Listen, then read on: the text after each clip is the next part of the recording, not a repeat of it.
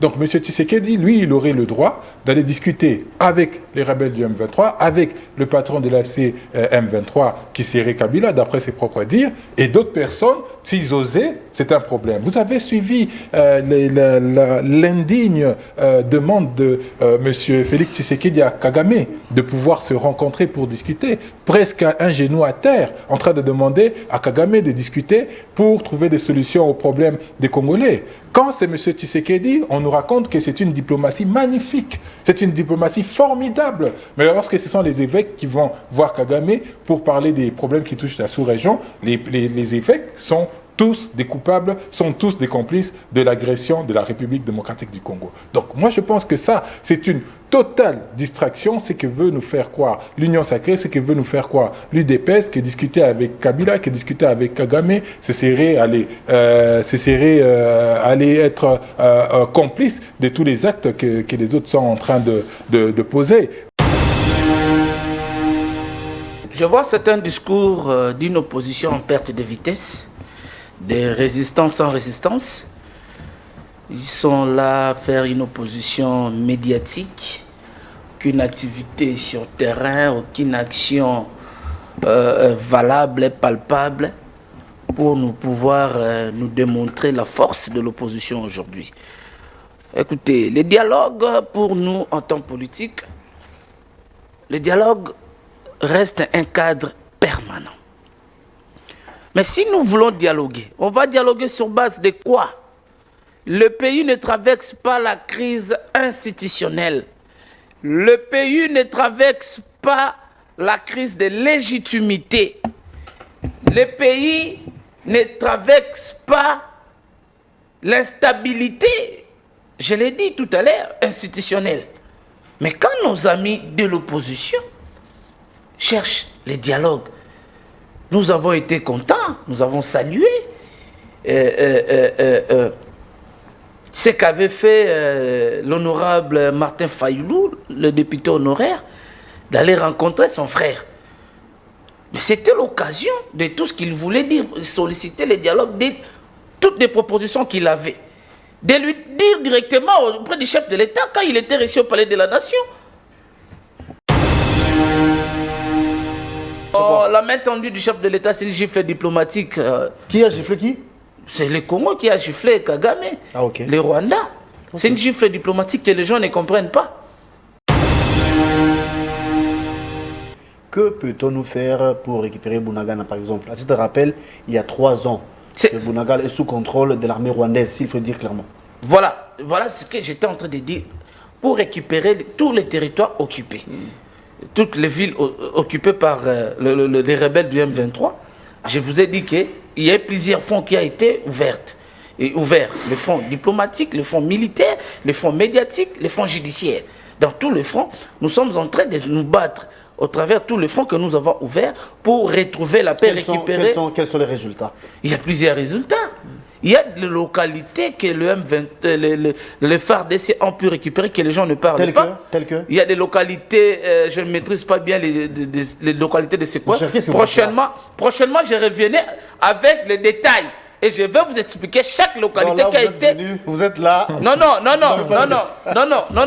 Ce n'est pas que je suis là, je n'ai pas de détails. Laissez-moi passer la parole de ce côté. On suppose que là, vous n'avez pas de détails. Non. Prochainement, le thématique n'a pas été communiqué avant pour me préparer. Mais je vous ai promis, prochainement, je vais me préparer et je vais vous citer telle localité a été récupérée. Telle localité a été récupérée par les M23.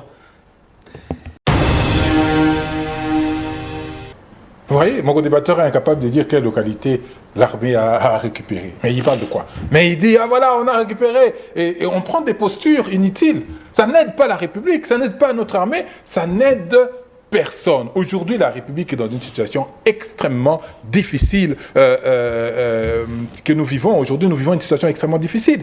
Aujourd'hui, la République est quasiment balkanisée. Vous avez vu ce qui se passe à Goma, vous voyez ce qui se passe à Bukavu. On nomme des responsables à tous les niveaux, même dans la petite territoriale. On forme 7000 soldats, 7000 policiers. Et tout ça, ça n'émeut pas nos frères de l'Union sacrée pour avoir un sursaut patriotique.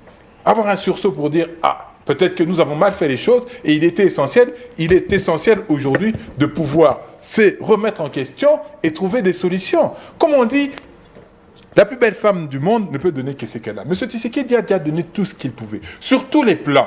Sur les plans militaires, qu'est-ce qu'il n'a pas fait? Il a fait la mutualisation des renseignements avec l'Ouganda, ça n'a rien donné. Mutualisation des renseignements avec le Rwanda, ça n'a rien donné. Mutualisation des forces avec l'Ouganda, ça n'a rien donné. Mutualisation des forces avec le Burundi, ça ne donne rien. Il a déployé des zones militaires. Il a déployé près de 20 généraux dans la région du Nord Kivu. Ça n'a rien donné. On est allé à l'EAC, ça n'a rien donné. On est allé à l'état de siège, ça n'a rien donné. Des mercenaires roumains sont arrivés ici, ça n'a rien donné. Les mercenaires colombiens sont là aujourd'hui, ça ne donne rien. Mais à un moment donné, il faut s'arrêter. Il faut s'arrêter, il faut se poser les bonnes questions, il faut se dire, ah là, peut-être que nous avons échoué, peut-être que nous avons dépassé les bornes. Est-ce que vous savez pourquoi au forum Gateway, M. Tshisekedi a changé son discours? Est-ce que vous savez pourquoi il a changé son discours? Parce qu'il est allé là-bas en disant, voilà, nous allons continuer à nous plaindre des Kagame et nous allons continuer à demander des sanctions. Mais tout le monde lui a dit, mais monsieur, arrêtez à un moment donné avec ça. Arrêtez. C'est pourquoi il a été obligé d'improviser. C'est quelqu'un qui avait pris parole avant, qui avait parlé de ces climats de paix qu'il existait dans la salle. Moi, je vous donne des coulisses. Qui avait vu la je vous donne des informations, des coulisses. Monsieur Tshisekedi, lorsque vous arrivez dans un grand forum, il y a toujours des apartés que vous faites avec des responsables publics d'autres nations et des organisations internationales. On lui a dit arrêtez avec ça. Et c'est pourquoi il a changé son discours. Et c'est pourquoi il a dit ah non, voilà, je ne veux plus demander des sanctions. Maintenant, je vais tendre la main. Le poison rwandais dont mon co-débatteur parle, qui le prépare? N'est-ce pas Paul Kagame? Alors M. Tshisekedi, vous allez faire quoi? Boire ce poison rwandais directement dans la casserole de la marmite où M. Kagame prépare le poison rwandais? Non. Cette posture... Là, on a dit que c'était une gifle diplomatique. Mais une gifle diplomatique, mon œil. Vous avez vu tout le tollé? Vous avez vu ce que ça... Est-ce que vous suivez les revues de presse africaines? Est-ce que vous voyez comment on nous traite les Congolais à cause de M. Tshisekedi? Est-ce que vous voyez comment on nous insulte tous les jours, matin, midi, soir, à cause de M. Tshisekedi? Mais nous avons encore cette décence de lui dire, M. Tshisekedi, tu es mon macha Moumenou. On ne va pas se manger, on ne va pas jeter le bébé avec l'eau du bain. Viens, on va discuter, viens, nous allons dialoguer pour résoudre. Mon co-débatteur dit, mais on va dialoguer pourquoi? Mais qu'est-ce qu'ils font à Doha?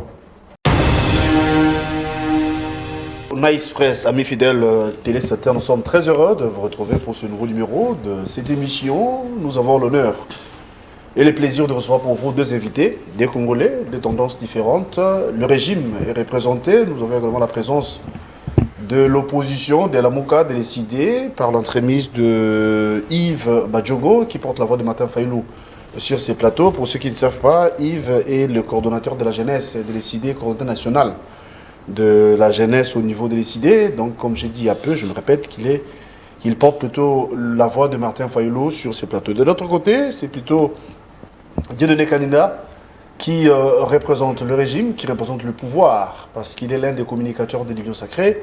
Ensemble, les bâtons rompus, pendant 50 minutes, nous allons vous parler de la RDC, nous allons vous parler du pays, nous allons vous donner bien évidemment les éclairages par rapport aux questions qui seront évoquées.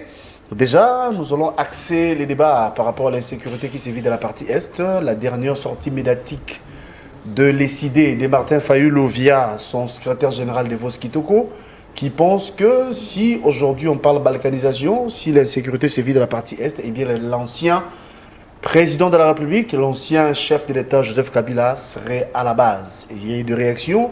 Il y a de ceux-là qui estiment, qui pensent que Fayulu joue le jeu du pouvoir, Fayulu joue le jeu de Félix Tshisekedi, Fayulu négocie 2028 au point qu'il soit le dauphin de Félix Tshisekedi. Nous allons vous en dire plus. Nous parlerons également de la disparition de cette dame qui hier était enseignante ici au Congo, par sa manière de faire. Elle avait une manière un peu particulière, elle a marqué son temps, ça il faut le dire. Elle transmettait la joie au-delà de la connaissance ou encore du savoir auprès des élèves. Il transmettait la joie, mais hélas, il a rendu l'âme. Une mort naturelle ou pas, ça on ne sait pas trop, mais toujours est-il que Bonnette Elombe n'est plus. Et nous rendons comment dirais-je, nous rendons hommage, n'est-ce pas, à sa mémoire. Alors donc, je m'en vais déjà saluer mes invités, en commençant par Kanida Dieudonné. Merci d'être là et bon mercredi à vous. Merci beaucoup. Merci surtout pour l'invitation. Bonjour à mon co-débatteur. Bonjour à toute la population congolaise qui nous suit en ce moment.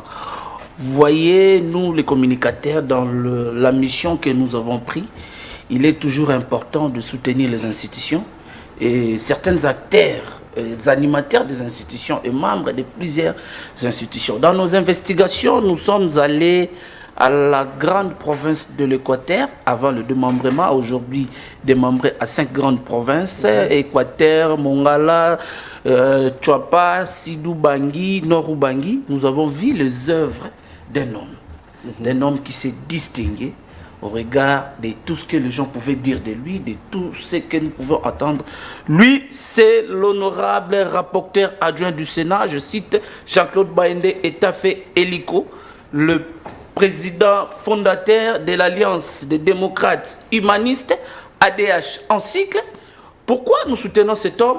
Lui, dans toutes ses actions, il place toujours l'homme au centre de l'univers et comme supérieur de tout ce qu'il est en train d'entreprendre.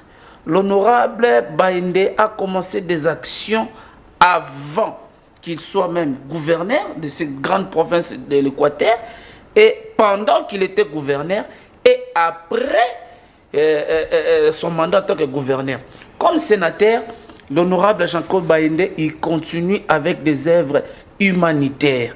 Plusieurs dons ont été mis à la disposition de la population de l'Équateur, précisément dans la ville de Mbandaka. Le 7 territoires qui composent la province de l'Équateur actuellement, chaque territoire a des réalisations de Jean-Claude Baïndé. Donc, pour Jean-Claude Baïndé, il est auteur de plusieurs actions humanitaires.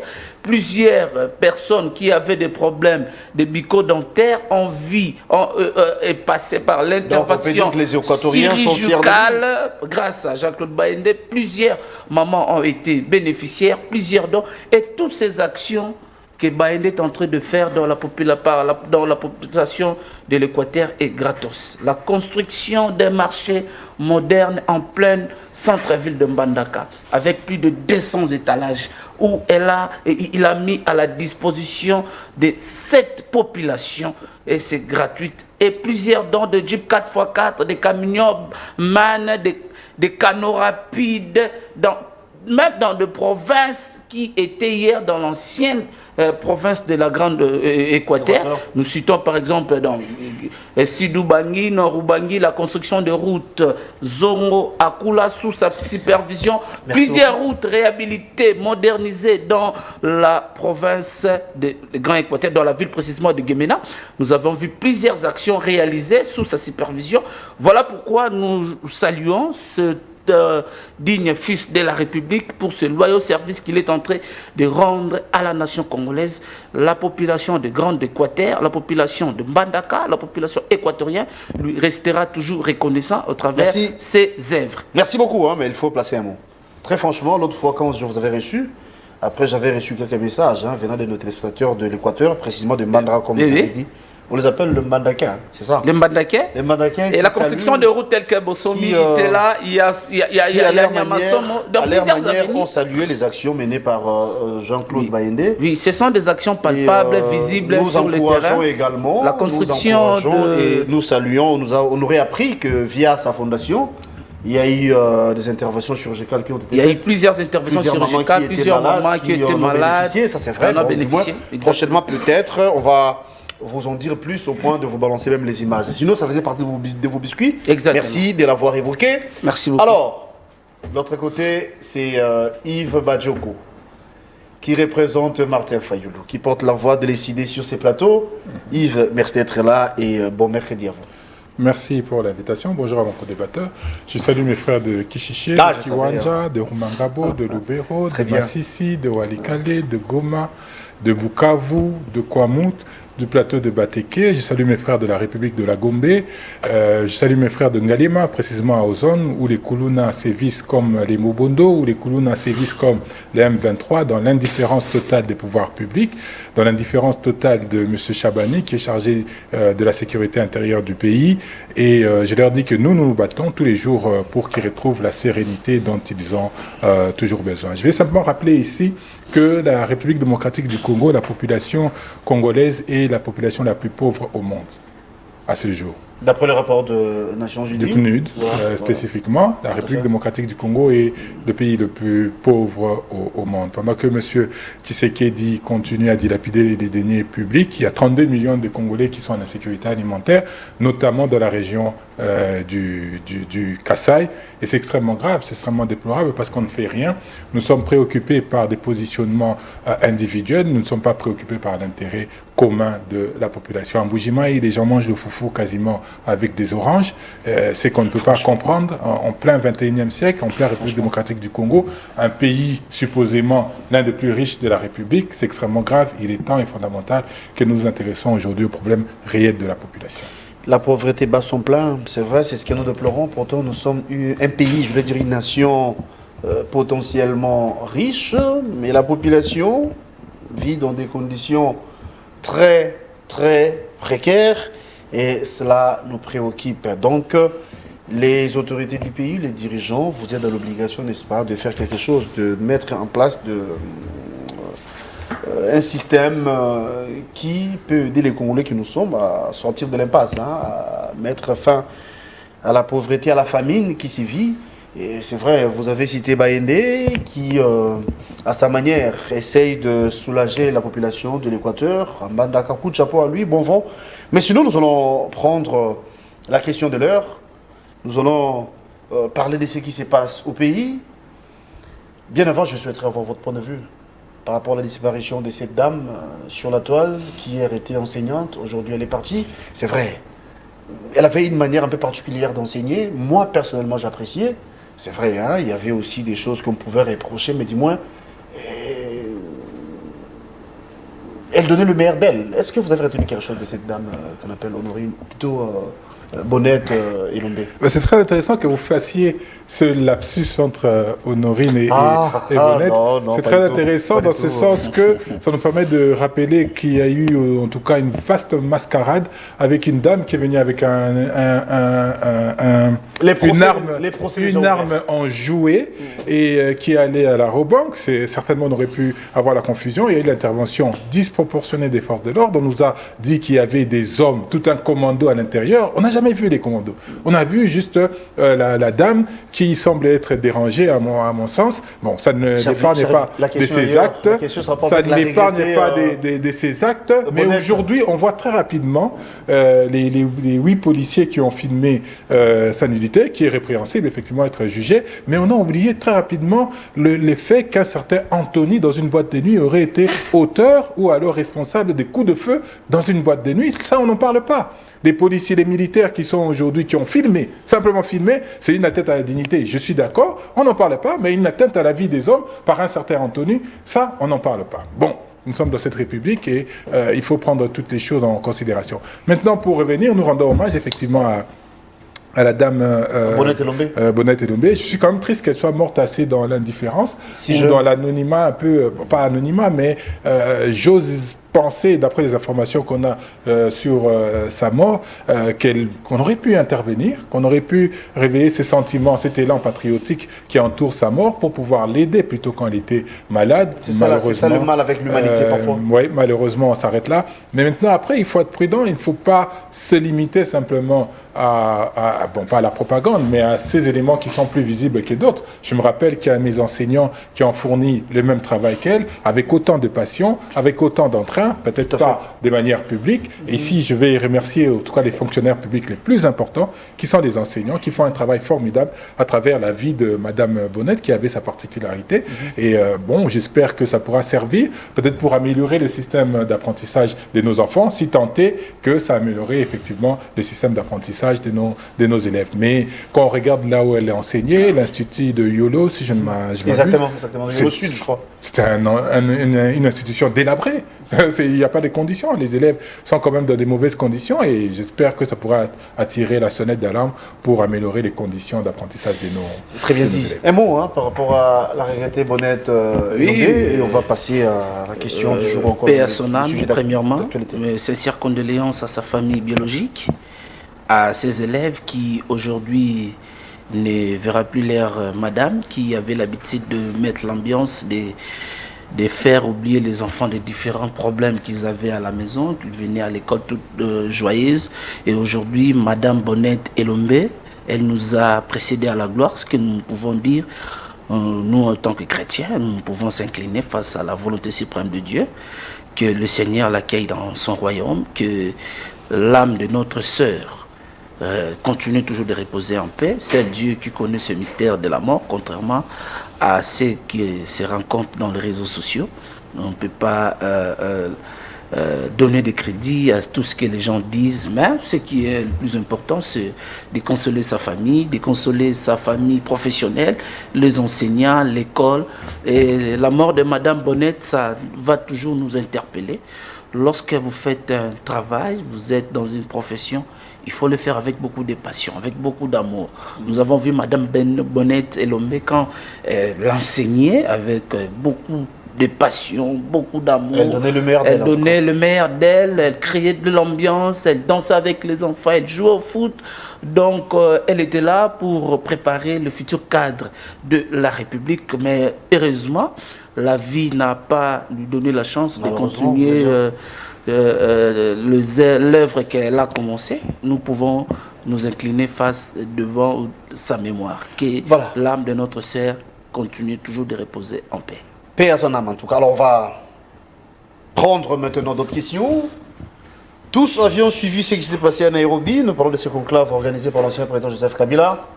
Après, les participants, c'est là qui ont pris la route ou encore le retour de Kinshasa ont été interpellés. Cette Kikouni a été interpellé. Théophile Mbemba, après de 2 heures, il était relâché, ça c'est vrai, mais du moins, il s'est vu. Ou encore son passeport a été confisqué par le service.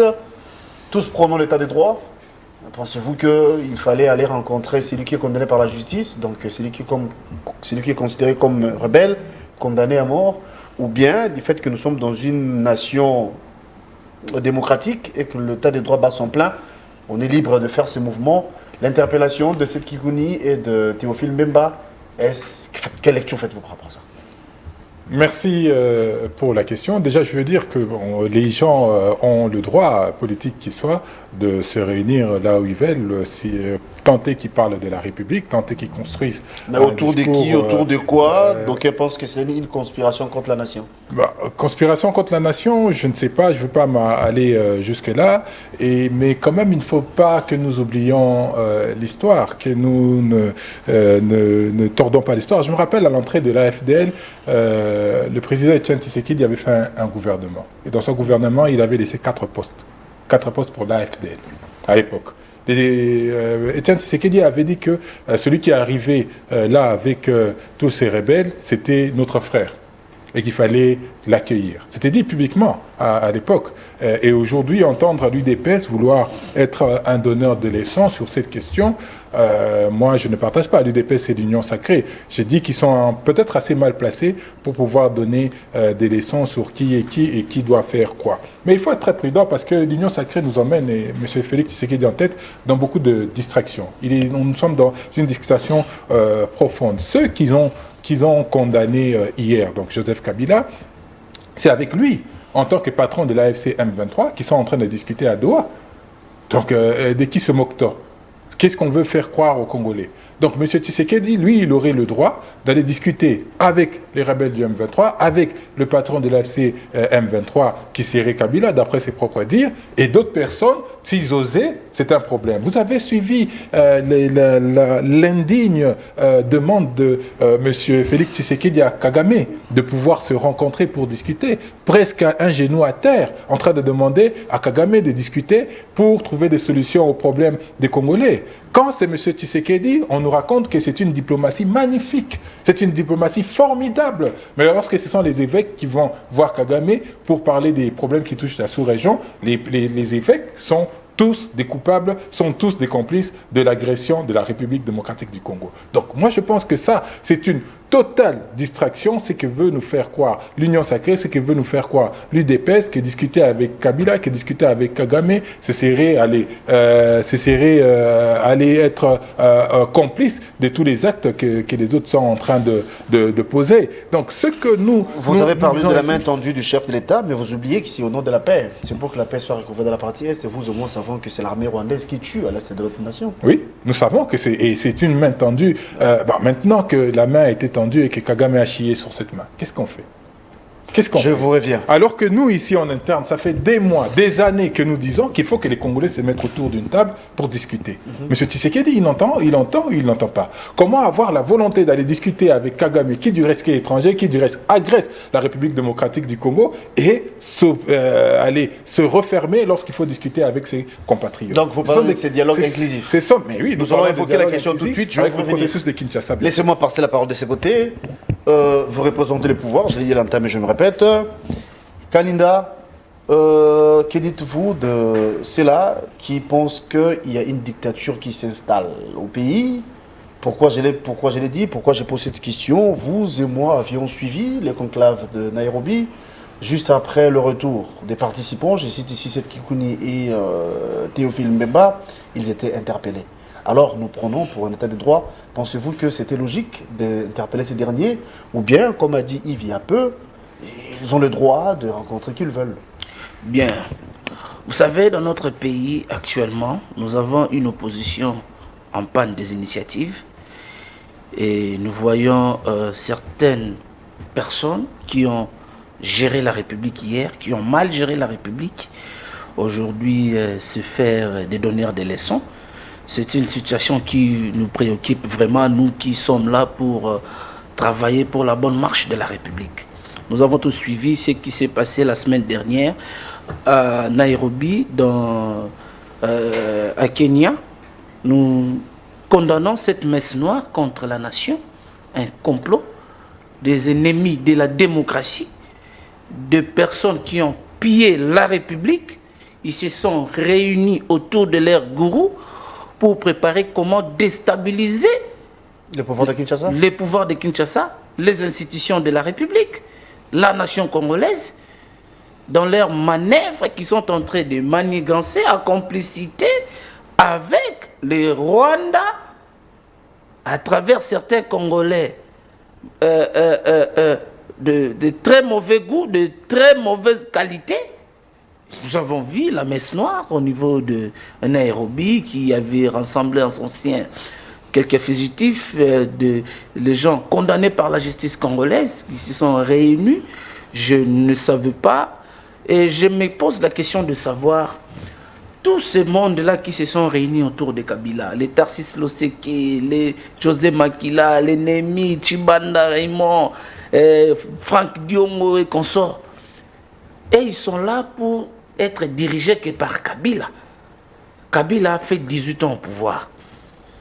Et nous voyons même sur d'autres cieux, ils ont lancé une plateforme, le président de la République, ils veulent même sauver le Congo, quitte de la magistrature suprême pour être appelé à exercer d'autres fonctions au niveau de la sous-région, au niveau international.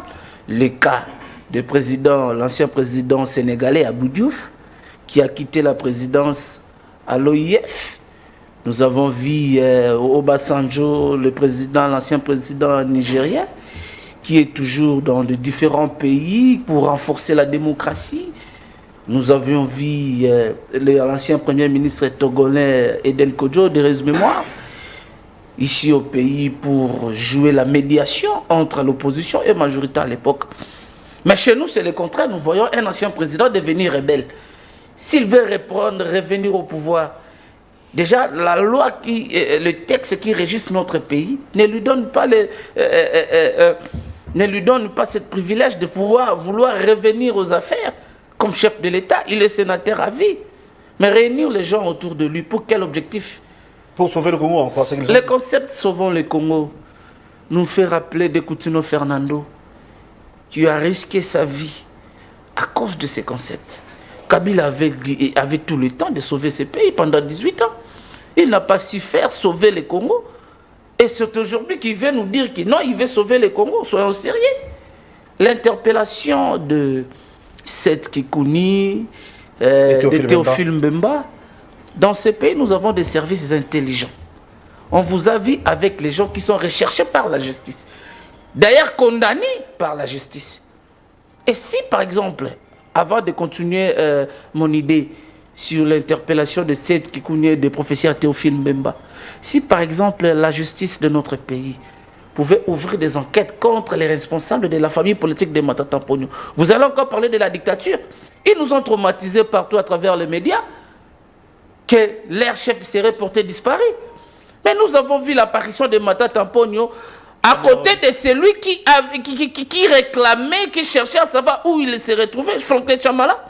Est-ce que Chamala peut venir répondre ici dans notre pays, nous dire comment Matata Ponyo est sorti, comment il s'est retrouvé à Nairobi, parce qu'ils nous ont traumatisés par des communiqués partout à travers les médias, de chercher à savoir où était passé Matata Ponyo. Nous devons apprendre d'être sérieux dans ce pays. Et si la justice met la main sur de telles personnes, vous allez dire que non, c'est la dictature. Mais non. L'interpellation de Seth Kikouni et de Théophile Mbemba, les services voulaient avoir des informations. On vous a vu à côté d'un rebelle, on vous a vu à côté d'un condamné par la justice de mon pays. Matata Ponyo et Théophile Mbemba. Sauf que les services n'ont pas l'habitude de communiquer sur ces différentes actions. Sinon, les services devaient nous communiquer de quoi il s'agissait, cette interpellation. Ils ont été interpellés. Ils ont rentré librement sans être inquiétés. Nous avons vu même Seth Kikouni, après d'être relâché, il était allé voir Aubin, il est partout.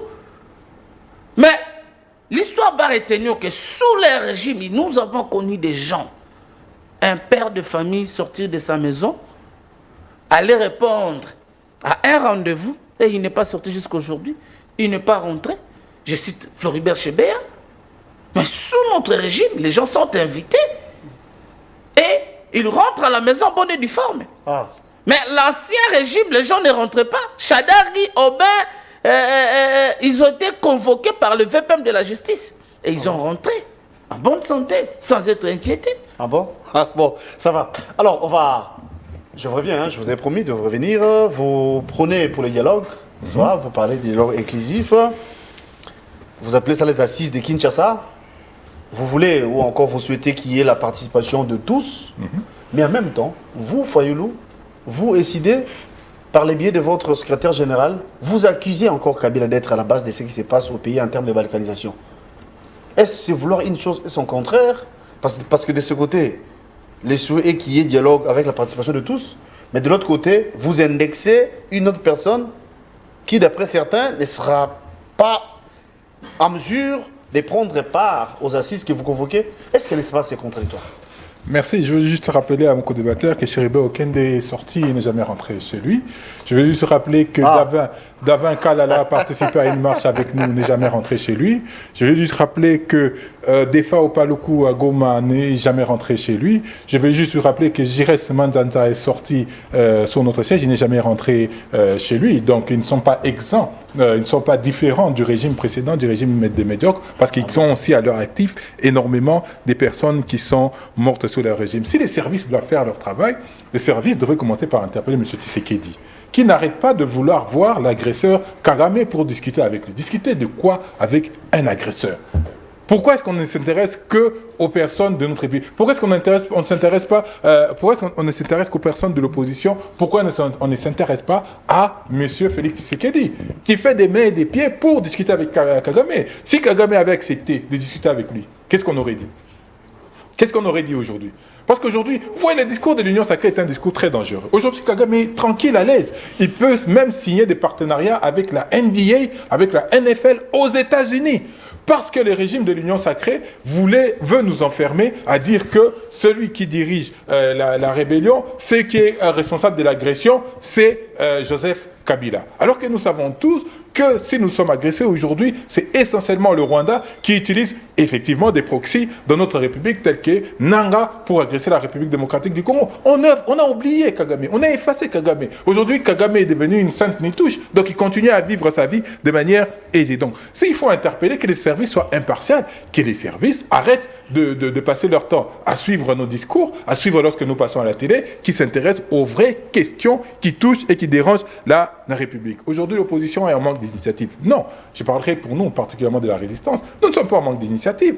Nous avons dit qu'il était important aujourd'hui de sauver la République qui était en danger. Nous nous concentrons à sauver la République qui est en danger, en oubliant même concept que le conclave le conclave a peut-être suivi, c'est une bonne chose, on ne peut pas leur reprocher, s'ils ont la volonté telle, effectivement, d'empêcher la dérive de notre République, ça serait une bonne chose. Mais nous parlons pour nous, nous disons que nous avons dit qu'il faut sauver la République qui est en danger. Il faut oublier nos égos, il faut oublier nos différences pour pouvoir nous diriger vers la résolution des problèmes. Et l'un de nos grands problèmes, c'est l'intégrité territoriale qui est menacée. Ça fait aujourd'hui près de 3 ans que Bunagana est sous occupation rwandaise. Ça fait aujourd'hui près d'1 année que Goma et Bukavu sont sous occupation rwandaise. Ça fait aujourd'hui des années que l'Ituri est sous occupation ougandaise. Et ça donne forme à une balkanisation. On en parle. D'où les géniteurs, l'instigateur, c'est Kabila, comme vous avez dit. Mais nous avons dit, nous n'avons jamais eu à avoir peur de le dire. Et si d'ailleurs nous voulons discuter avec tout ce beau monde, c'est parce qu'ils ont de la responsabilité dans la situation que nous vivons ici. Mon co-débatteur l'a dit tout à l'heure, il a rappelé que Kabila a dirigé ce pays pendant 18 ans. Pourquoi est-ce que pendant 18 ans on n'a pas une armée forte, capable de résister à l'envahisseur, capable de faire face? Pourquoi est-ce qu'on n'en a pas? Pourquoi est-ce qu'aujourd'hui on s'est plaint de l'infiltration? Ça veut dire qu'il y a une responsabilité de Kabila, d'une manière ou d'une autre, par complicité ou alors par absence d'action. Il est responsable. Nous avons M. Tshisekedi, lorsqu'il est arrivé ici, il a reçu les gars du M23, 14 mois dans cette ville de Kinshasa, payé, logé à nos frais, déplacement à nos frais, nourri à nos frais. Il a sa part de responsabilité. Vous connaissez celui qu'on appelle Pigawan, j'oublie son vrai nom. C'est lui le commandant des opérations du M23. Il était ici. Il est sorti comment? Il était à Ndolo, en prison. Sorti par grâce présidentielle. Grâce présidentielle de monsieur. Non pas qu'il ait purgé sa peine, non, c'est M. Tshisekedi qui l'a sorti. Vous parlez de Biamungu? Oui, de Biamungu. On l'appelle celui qu'on appelle Pigawan. Il est sorti ici par grâce. C'est Félix Tshisekedi qui l'a sorti de la prison de Ndolo. Et aujourd'hui, il n'arrête pas de conquérir des territoires et des territoires à l'est de la République démocratique du Congo. Donc M. Tshisekedi a sa part de responsabilité. Nous n'oublions pas que parmi eux, il y a aussi Moïse Katumbi qui a géré une province de cette République, qui a fait partie d'une mouvance. Il est comptable de ce que nous vivons aujourd'hui actuellement. Et nous disons, mais en tant que Congolais, il faut oublier ces divergences. Il faut qu'ensemble, nous puissions effectivement trouver des solutions. Nous appelons à un dialogue de vérité. C'est la base. De la vérité, il faut qu'on se dise des choses, il faut que la justice passe, il faut qu'on se réconcilie. Après la réconciliation, il faut que nous ayons à faire cette cohésion nationale. Parce qu'une nation divisée en interne ne peut subsister, comme le disent les Écritures. Donc il faut que les Congolais se remettent ensemble pour que nous fassions face aujourd'hui au Rwanda, pour que nous fassions face aujourd'hui à l'Ouganda, qui sont en train de déstabiliser la République démocratique du Congo. Donc voilà notre discours. Parce qu'en introduction, tout à l'heure, vous avez dit quelque chose. Vous avez dit que Fayulu était en acquaintance avec Félix Tshisekedi pour négocier. Les gens disent ce qu'ils veulent. Qui vous dit que M. Tshisekedi a envie de quitter le pouvoir? Qui vous dit ça? M. Tshisekedi a manifesté très clairement son envie de changer la Constitution pour pouvoir se maintenir ad vitam aeternam. M. Tshisekedi est l'auteur des troubles qu'il y a à l'UDPS parce qu'il ne veut pas céder la place de président du parti. Et ils vont aller en concret. En quoi ça fonctionne? C'est pour montrer l'homme. C'est pour montrer l'homme. Comment est-ce qu'il vit dans sa sphère privée? Et aujourd'hui, il expose, il la déploie dans la sphère publique. Donc pour dire que M. Tshisekedi n'a aucune volonté de laisser le pouvoir et de le quitter de manière digne. La seule ambition de M. Tshisekedi, c'est de pouvoir se maintenir au pouvoir ad vitam aeternam. Nous, on ne peut pas aujourd'hui oser aller s'acoquiner avec M. Tshisekedi. Mais s'il s'agit de sauver la République, s'il s'agit de parler des questions qui fâchent, des questions qui troublent la République, s'il s'agit de parler de l'intégrité territoriale, nous sommes prêts à oublier toutes nos divergences pour pouvoir nous mettre ensemble. Nous allons continuer à nous battre. Nous allons nous rebattre plus tard. Mais si le Congo disparaissait aujourd'hui, nous allons nous battre pour quoi? Nous allons nous battre sur quelque chose qui n'existe pas? Non. C'est pourquoi nous disons qu'il est fondamental que tous ensemble, nous puissions mettre notre intelligence de manière collective en tant que des citoyens congolais pour regarder les problèmes, pour adresser les problèmes et pour trouver des solutions et ainsi laisser aux générations futures un Congo qui vaille la peine. Pas un Congo que nous vivons aujourd'hui en déliquescence, où la saleté est partout, où il y a de l'anarchie partout, où il y a du désordre dans toutes les sphères de la vie économique, politique et sociale. Donc nous nous battons pour cela. Nous n'avons pas besoin d'être à côté de M. Tshisekedi. Vous vous rappelez que nous avons signé une déclaration avec Kabila lorsqu'il fallait céder nos minéraux avec le Rwanda. Nous avons signé. Tout celui qui manifeste un intérêt manifeste pour défendre la République démocratique du Congo, nous n'aurons pas peur de nous associer avec pour pouvoir faire ce combat. Donc, qui disent que nous sommes avec Tshisekedi, qui disent que nous sommes avec Kabila, qui disent nous restons droits dans nos bottes, dans la résistance pour se battre pour ce peuple. Alors, cher Kaninda, vous avez suivi l'intervention de Yves Badjogo qui parle du dialogue. Mais vous et moi avions suivi les chefs de l'État des Valeurs de la diaspora en Belgique. Il avait dit clairement que le dialogue n'est pas une mauvaise chose. Ce n'est pas non plus impossible et que les Congolais se retrouvent autour d'une table en termes de dialogue.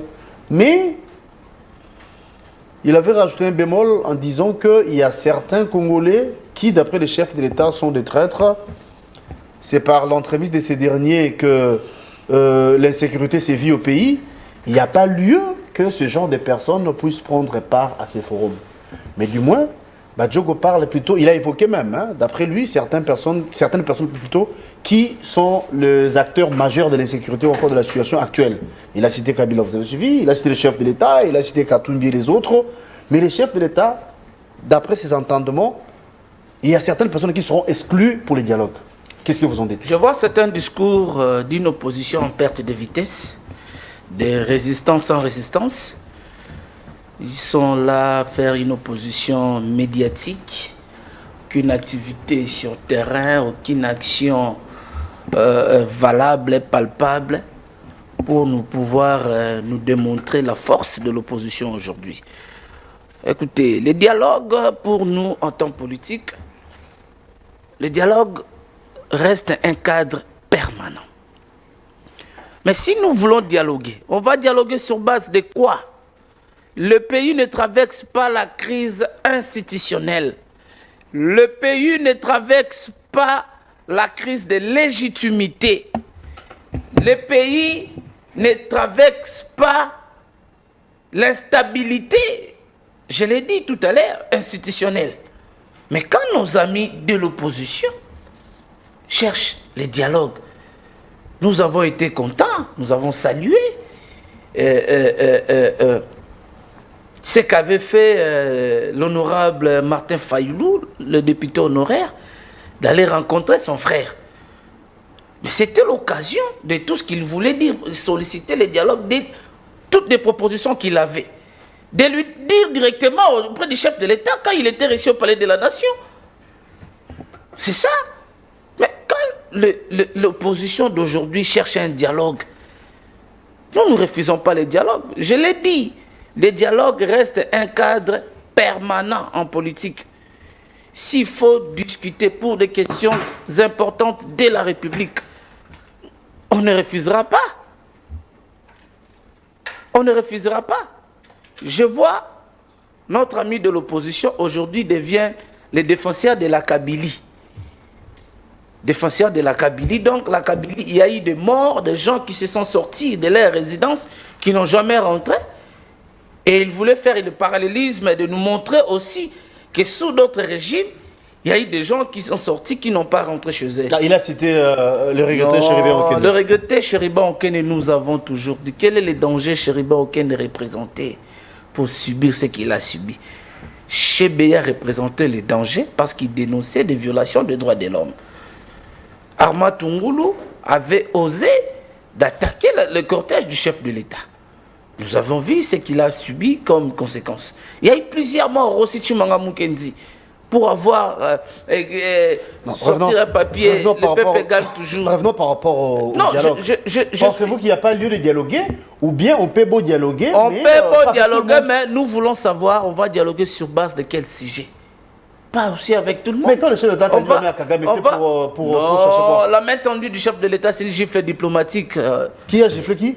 C'est le Congo qui a giflé Kagame. Ah, ok. Le Rwanda. Okay. C'est une gifle diplomatique que les gens ne comprennent pas. Que les gens ne comprennent pas.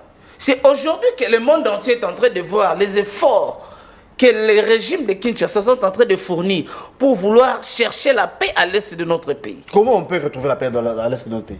Il y a plusieurs manières de retrouver la paix. Comme? Nous avons ouvert plusieurs fronts. Il y a le front militaire.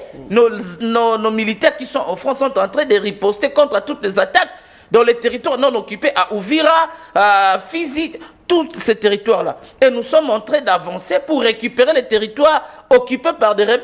Il y a le front diplomatique. Dans le front diplomatique, nous avons les Doha et le Washington. Le Rwanda, le président de la République, était déjà là pour trouver la solution à la situation de l'Est. Mais nous avons vu Kagame ne s'est pas présenté à Luanda.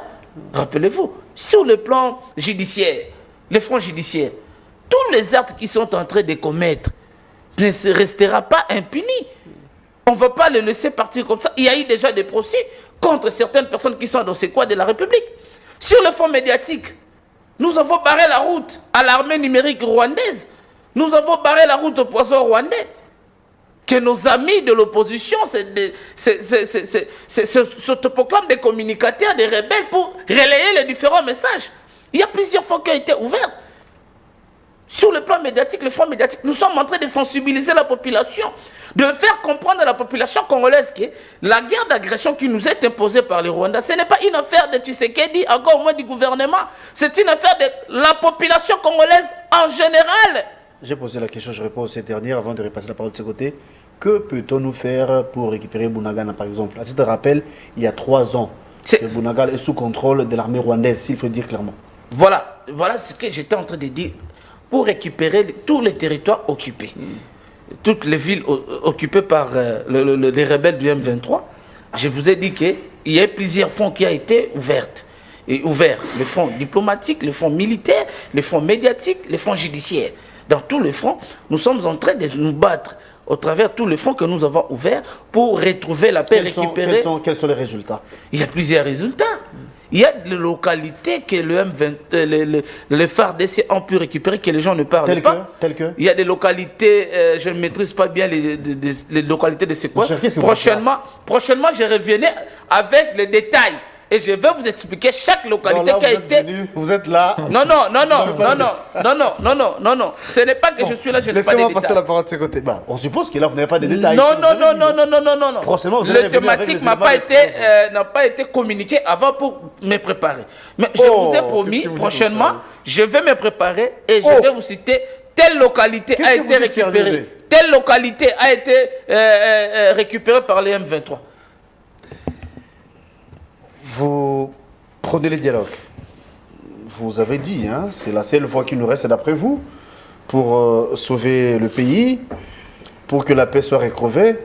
Mais vous avez suivi. Ce n'est pas la position de l'Union sacrée, mais je me permets de dire que la position des candidats, qu'il n'y a pas lieu de dialoguer, car nous sommes dans tout le front, sur le front militaire, diplomatique, d'où, d'une manière ou d'une autre, le chef de l'État va gagner ses combats, va gagner la guerre. Qu'est-ce que vous en dites? Nous, on espère que si c'était fait hier, vous voyez, mon débatteur est incapable de dire quelle localité l'armée a récupéré. Mais il parle de quoi? Mais il dit, ah voilà, on a récupéré. Et on prend des postures inutiles. Ça n'aide pas la République, ça n'aide pas notre armée, ça n'aide personne. Aujourd'hui, la République est dans une situation extrêmement difficile que nous vivons. Aujourd'hui, nous vivons une situation extrêmement difficile. Aujourd'hui, la République est quasiment balkanisée. Vous avez vu ce qui se passe à Goma, vous voyez ce qui se passe à Bukavu. On nomme des responsables à tous les niveaux, même dans la petite territoriale. On forme 7000 soldats, 7000 policiers. Et tout ça, ça n'émeut pas nos frères de l'Union sacrée pour avoir un sursaut patriotique. Avoir un sursaut pour dire, ah, Peut-être que nous avons mal fait les choses et il est essentiel aujourd'hui de pouvoir se remettre en question et trouver des solutions. Comme on dit, la plus belle femme du monde ne peut donner que ce qu'elle a. M. Tshisekedi a déjà donné tout ce qu'il pouvait, sur tous les plans. Sur les plans militaires, qu'est-ce qu'il n'a pas fait? Il a fait la mutualisation des renseignements avec l'Ouganda, ça n'a rien donné. Mutualisation des renseignements avec le Rwanda, ça n'a rien donné. Mutualisation des forces avec l'Ouganda, ça n'a rien donné. Mutualisation des forces avec le Burundi, ça ne donne rien. Il a déployé des zones militaires. Il a déployé près de 20 généraux dans la région du Nord Kivu. Ça n'a rien donné. On est allé à l'EAC, ça n'a rien donné. On est allé à l'état de siège, ça n'a rien donné. Des mercenaires roumains sont arrivés ici, ça n'a rien donné. Les mercenaires colombiens sont là aujourd'hui, ça ne donne rien. Mais à un moment donné, il faut s'arrêter. Il faut s'arrêter, il faut se poser les bonnes questions, il faut se dire, ah là, peut-être que nous avons échoué, peut-être que nous avons dépassé les bornes. Est-ce que vous savez pourquoi au forum Gateway, M. Tshisekedi a changé son discours? Est-ce que vous savez pourquoi il a changé son discours?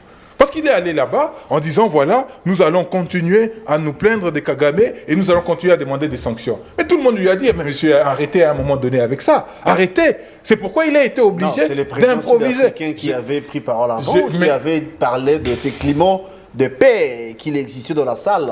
Je vous donne des coulisses. Qui avait vu la je vous donne des informations, des coulisses.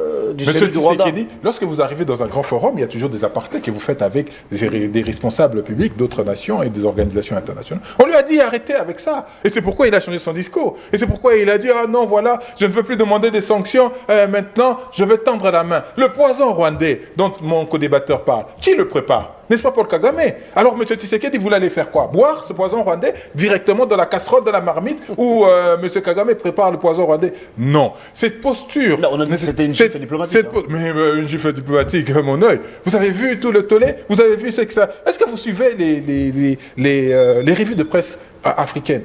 Est-ce que vous voyez comment on nous traite les Congolais à cause de M. Tshisekedi? Est-ce que vous voyez comment on nous insulte tous les jours, matin, midi, soir, à cause de M. Tshisekedi? Mais nous avons encore cette décence de lui dire, M. Tshisekedi, tu es mon macha Moumenou. On ne va pas se manger, on ne va pas jeter le bébé avec l'eau du bain. Viens, on va discuter, viens, nous allons dialoguer pour résoudre. Mon co-débatteur dit, mais il va dialoguer pourquoi? Mais qu'est-ce qu'ils font à Doha? Doha, c'est un dialogue. Qu'est-ce qu'ils font à Washington? Washington, c'est un dialogue. Donc, faudrait-il que nous prenions les armes pour que M. Tshisekedi entende raison et que nous puissions discuter des problèmes des Congolais? Parce qu'on a l'impression qu'on fait la prime à ceux qui prennent les armes. Mais comme il est encore dans son mandat, pourquoi ne pas attendre seulement en 2028 pour parler peut-être de tout ça? Parce que les élections seront organisées certainement. Est-ce qu'en 2019, Bunagana a été occupé? Non. Aujourd'hui, Bunagana est occupé.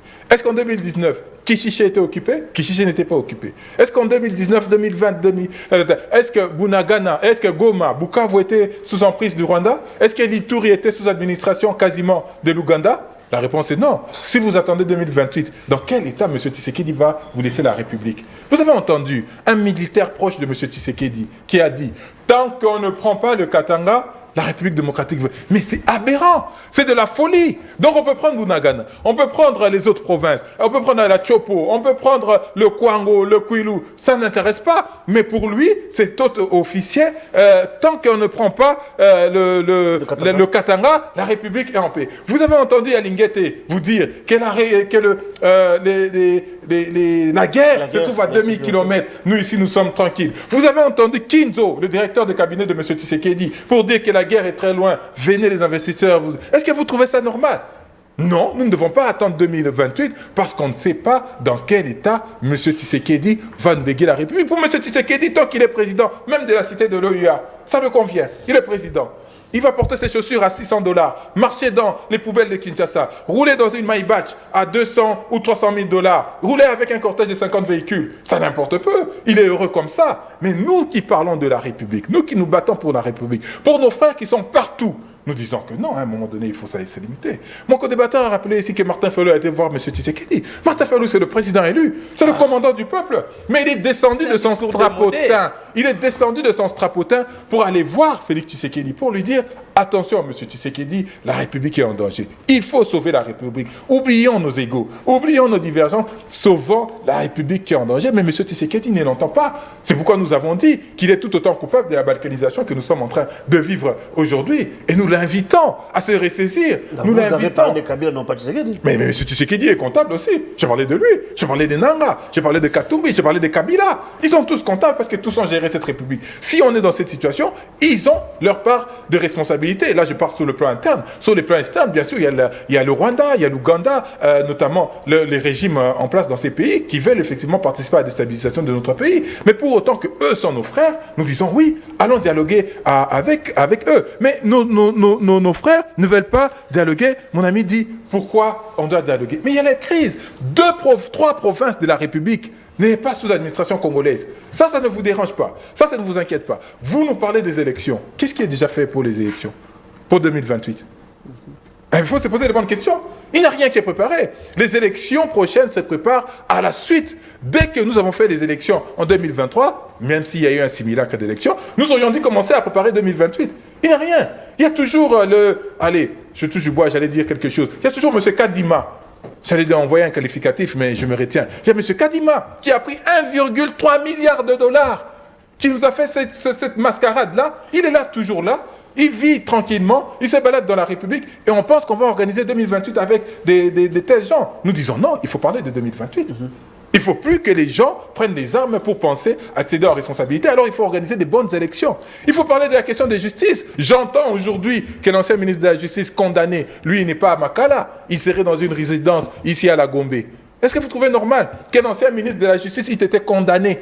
Vendée, une action disciplinaire a été ouverte contre lui, le procureur, pour achat d'un immeuble en Europe. Il faut parler de la justice. Qu'est-ce qu'on fait dans cette situation? La justice est totalement malade. Je vous ai dit de cas ici d'un certain Anthony, qui a été responsable ou co-auteur d'un coup de feu.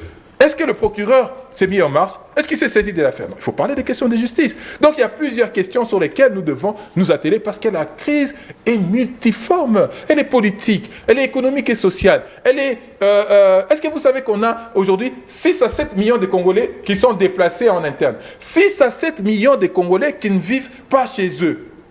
Mais on est heureux. Nous, on peut prendre notre bière au coin de la rue. Nos enfants peuvent aller à l'école. Même si cette école avec la gratuité a été détruite, ils peuvent faire semblant d'aller.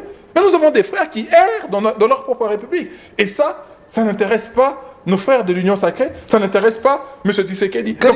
La crise est multiforme et il est essentiel. Il est fondamental que nous puissions nous retrouver en tant que Congolais, en tant que frères, en tant que machins nous-mêmes, parler de manière claire et sincère et trouver des solutions à nos problèmes. Trouver des solutions à nos problèmes, c'est ce qu'il a dit, mais vous avez rappelé sur ces plateaux que nous sommes sur tout le front. C'est vrai, quels sont les résultats? Vous avez dit qu'il y a les avancées et que nos FARDC arrivent à récupérer certains coins, c'est ce que vous avez dit. Mais pourquoi ne pas aussi essayer cette demande qui date de longtemps? Les pères des églises en ont parlé, l'opposition en ont parlé, quelques membres même de l'Union sacrée, je me souviens qu'Amir avait évoqué la question, pourquoi on ne peut pas essayer aussi avec les dialogues inclusifs entre... Vous savez, j'ai comme l'impression, nos amis pour baliser en le face, chemin peut-être. Ce sont déjà des personnes qui veulent une chose et son contraire. C'est-à-dire? Tantôt, ils réclament le dialogue, tantôt, ils parlent d'un président élu. Maintenant, s'il faut descendre dans leur bassesse, le mandat de Fayulu en tant que président élu nuitamment, ce mandat n'a jamais expiré. Est-ce que c'est nous qui avons demandé à M. Fayulu de ne pas envoyer les listes de ces candidats députés nationaux, provinciaux, sénatoriaux, gouverneurs pour que nous soyons responsables aujourd'hui? Nous devons apprendre d'être sérieux, évitons de théâtre, évitons de venir dans un plateau sérieux et faire des scènes de théâtre. Le pays, les choses sont en train d'évoluer. Nous devons évoluer, avancer. Ça, c'est un faux débat. Les enfants nous suivent. Fayulu, président élu. C'est un discours démodé. Un discours qui n'a pas la raison d'être. Aujourd'hui, nous avons compris que Tshisekedi est déterminé pour mettre fin totale à ce qui se passe à l'est de notre pays. Il a énuméré plusieurs problèmes, entre autres de la justice malade. Avec les dialogues. Mais je vous ai dit ceci. J'ai parlé de plusieurs fronts. Parmi les fronts que j'ai parlé ici, j'ai dit il y a le front diplomatique. Le front diplomatique, nous avons Washington, Doha, et nous avons commencé à Luanda. Et c'est quoi? C'est le dialogue. Mais, et ils demandent un autre dialogue que nous ne voulons pas. C'est quel type de dialogue qu'ils demandent? Un dialogue qui aboutira au partage des gâteaux? Non, le pays a souverain élan démocratique. Celui qui veut accéder au pouvoir, il n'a qu'à attendre les élections. Le dialogue que le père catholique demande, nous voulons comprendre c'est quoi le bien fondé de ce dialogue, la raison. C'est quoi la raison de nous amener à la table de la négociation? Mais il a évoqué ce pays a connu plusieurs assises. Depuis 1960, il y a eu des tables rondes, il y a eu plusieurs assises. Et quel a été le résultat de toutes ces assises? Nous avons connu Sansuti, nous avons connu... Il n'y a pas longtemps, le chef de l'État avait convoqué la concertation nationale. Ou encore solution par rapport à ces problèmes? Non, solution à ces problèmes. Ici, nous sommes préoccupés par la situation sécuritaire de l'Est de notre pays et de quelques provinces à travers la République. Et c'est la priorité des priorités. Et pour y remédier, qu'est-ce qu'il faut? Pour trouver la solution, qu'est-ce qu'il faut? Pour trouver la solution, il nous faut plusieurs champs ouverts. Nous devons ouvrir plusieurs champs. Tels que l'armée, nous devons rendre notre armée forte, efficace, afin de riposter, de barrer la route à tous les ennemis qui veulent toujours s'aimer la terreur dans notre territoire national. Et deuxièmement, vous venez de vous rappeler ici que ça fait 3 ans durant que Bounagana est sous contrôle. Est-ce qu'il faudrait attendre encore plus ou bien on peut arrêter l'hémorragie maintenant? Il n'est pas question d'attendre encore plus. Écoutez, il n'est pas question d'attendre encore plus. La République démocratique du Congo n'est pas un État faible. La République démocratique du Congo ne reculera pas. Le chef de l'État a bien rappelé lors de son discours. Il a rappelé que le pays ne reculera pas. Il ne faut pas suivre les discours des opposants en perte de vitesse, sans initiative. Et ils ne sont là que pour critiquer sans donner de pistes de solutions. Mais ils ont proposé le dialogue. Non, quel dialogue? Nous refusons le dialogue de leur format. C'est qu'elles veulent là. Et s'il veut accéder au pouvoir, il doit être patient à attendre les élections. Je vous ai dit, qu'est-ce que nous sommes en train de faire à Doha? Qu'est-ce que nous sommes en train de faire à Washington? Et toutes ces astuces... Ça, c'est une contradiction. Parce que vous refusez les dialogues, mais à Doha, c'est les dialogues. Non! À Washington, c'est les dialogues. À l'heure actuelle, Martin Fayoulou, à la situation actuelle de la République, Fayoulou, je ne pense pas que... quel est l'apport qu'il peut apporter à l'heure actuelle pour nous amener dans une table de la négociation? Ah bon? Alors, ensuite... Il est question de rapport de Fox. Il va nous amener à un dialogue sur base de quoi? Et quel est le rapport de force que Fayoulou représente pour nous amener à la table de la négociation? Il était allé voir son ami et frère, le chef de l'État. S'il avait des choses à lui dire, c'était le moment... Il aurait dû passer le message. C'était l'occasion pour lui de rencontrer son frère, son ami et frère. Ils sont essoufflés dans toutes ces activités, dans toutes ces actions. Merci beaucoup. Ils sont essoufflés. L'opposition congolaise, ils pensent que porter le drapeau national lors du passage d'un plateau de télévision, c'est ça être patriote. Non.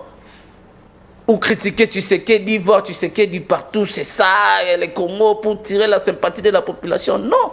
Mais en réalité, c'est faire des bruits, de beaucoup parler sans rien dire. Merci beaucoup, Kani Dieudonné. Candidat, maintenant vous répondez à notre invitation. Il a énuméré beaucoup de choses, mais vous voulez toujours m'arracher la parole. Il a parlé des problèmes de la justice.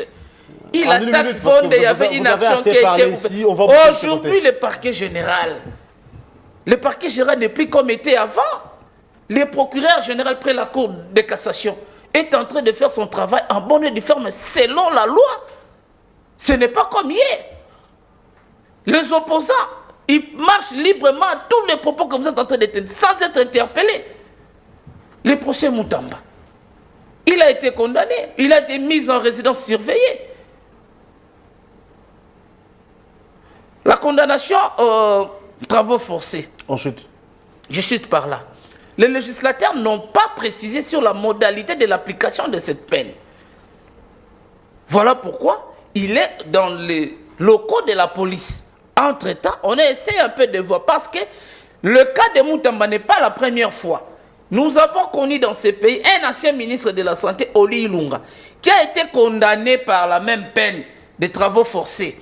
Mais comme lui, il comparaissait déjà en détention, c'est ainsi qu'il a dirigé cette peine au niveau de la prison centrale de Makala.